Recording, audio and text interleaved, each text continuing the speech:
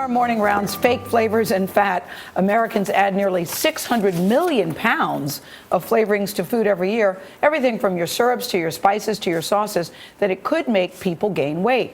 Mark Schatzker thinks there's a better way to enjoy every single bite, everything you put in your food, in your mouth, he says. His new book is called The Dorito Effect. It's published by Simon & Schuster, which is a division of CBS. Mark, good morning.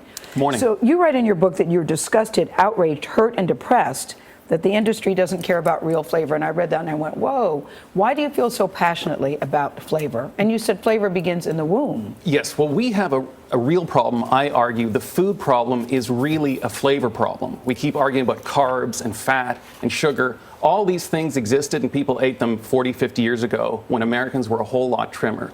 The thing that's really changed is the flavor. Very simply, the whole foods that we grow, the chicken, the blueberries, the cucumber, it's all getting blander. Flavorings, on the other hand, flavor technology is getting incredibly powerful. The very first Dorito, this is why I called the book The Dorito Effect, the very first Dorito, most people don't know this, was a salted tortilla chip, just an ordinary tortilla chip.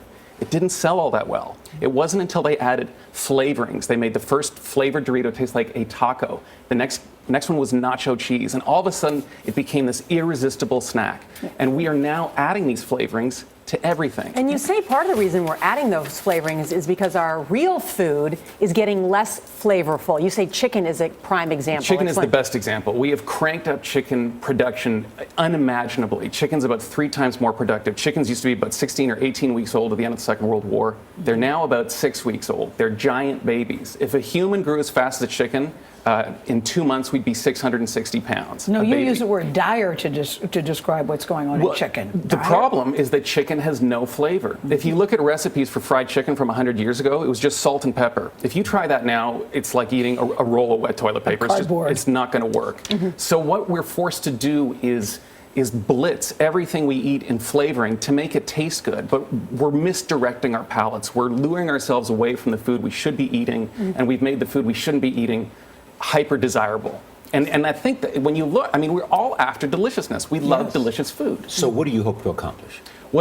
Two things. I'd like to get people to be more aware of how they're incentivized by flavors, that this stuff is in not just junk food anymore, it's in yogurt, it's in soy milk, it's in pasta sauces. It's having an effect not just on us, but also our children. But most importantly, we have to start demanding flavor from the whole foods that we grow. We've got to start thinking about cooking dinner the way an Italian chef does. Get the ultimate tomato, get the best tasting chicken. Cooking's a lot more fun that way. It's much more delicious and it's more satisfying. But isn't that happening in restaurants today? Because there is a push for better. It is happening. Quality of products that go into yes, cooking. in good restaurants. What we, in more expensive, finer restaurants, we need this to seep into the entire population. And tell us about what you brought here. And it can happen. And tell us how we stop worrying about weight.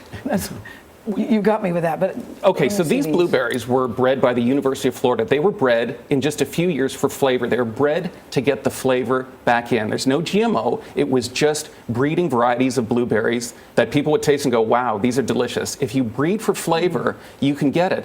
Now, this is also an example. This lettuce is called Nutraleaf. This was not bred for flavor. This was bred for high antioxidants. But here's the interesting thing. When you grow something, flavor and nutrition go hand in hand. Yeah. So this lettuce is flavorful because it's nutritious. So if we can start eating foods like this by making them taste better, I think we'll all be a lot healthier, and I think you'll see an effect on our waistline. You once went in search of the world's greatest steak. Where did you find it? I found it many places, but very quickly, Scotland, Idaho, Argentina. Thank you. All right. Mark Schatzker, thank you so much. Pass the blueberries, please. Yes. And the Dorito Effect I want to try it seriously. goes on sale tomorrow.